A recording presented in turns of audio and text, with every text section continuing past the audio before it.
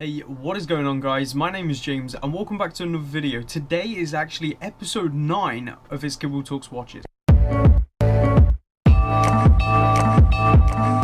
So before we get into things, I just want to say a huge thank you for all the get well soon wishes, all the support, and actually it would be a few days ago now when you're watching this video, but the day recording this video was yesterday. I was involved in a podcast or live show with Grobnob and TGV, Federico, Christian from Theo and Harris. All these people ended up coming in as well.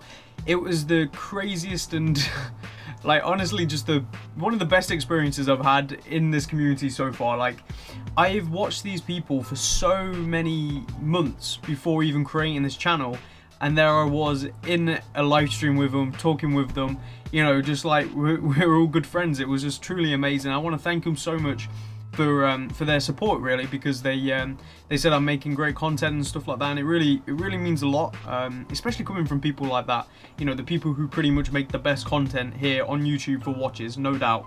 You know, a huge thank you to Grobnob for getting me in there as well.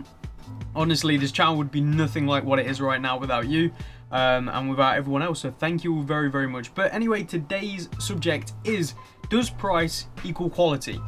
Now, in that podcast, the reason I mentioned that I was in there is because I asked TGV and I asked Federico, and they came up with, or they responded with very interesting answers.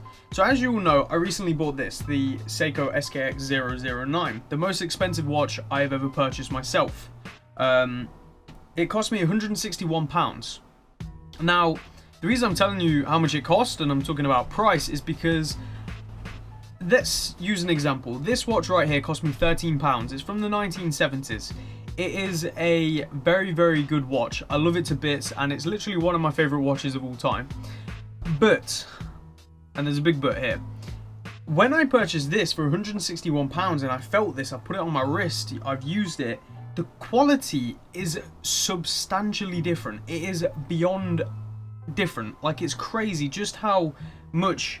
Say, they've both got a Jubilee bracelet, and you've got to remember this is from the 1970s, so that does play into this, but it has a Jubilee bracelet. This Jubilee bracelet is so much more solid, so much more comfortable. It's got a very solid movement. This also has a very solid movement, but it's much better power reserve, much better accuracy. You know, the lume is incredible. All these things, and it makes me wonder, and I asked them this is exactly, if I remember correctly, Federico, TGV, correct me if I'm wrong, Grobnob, anyone, but I think my exact words were, the price difference in these two was not that considerable. I can't even speak English. But the quality difference was just incredible. Like, a huge amount of quality difference between this and this. My question was, does that same sort of difference continue? Does it keep multiplying? So every time you spend more on a watch, and you go maybe from this to a Hamilton, maybe an Oris, is that quality difference the same sort of noticeable when you start in the lower price ranges? So let's say you buy a £100 watch and your next watch you buy is £300. There should be a massive difference in quality and movement and finish and everything. Now, what about that £300 watch and a £1,000 watch? What about that £1,000 watch and a £10,000 watch, and so on and so on and so on? And Federico pointed out a very, very interesting point. He says usually the cut-off point is around £2,000.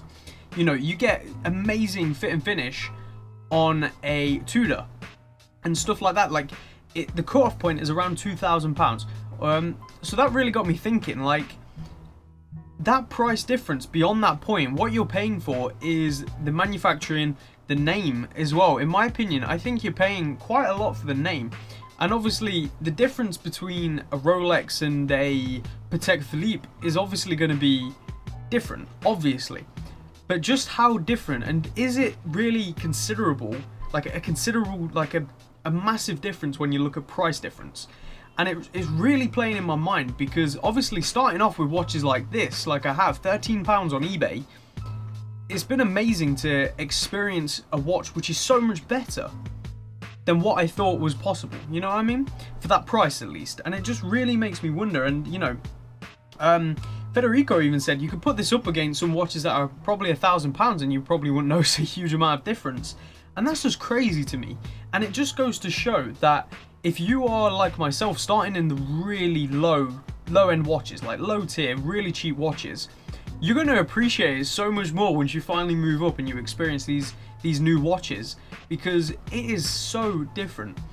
And I can't wait until one day I can afford a more, or get one in for review, you know, off a viewer or something, or just anything. Getting a watch that's worth around £1,000, and just seeing if I get that same feeling of, holy crap, this is so much better.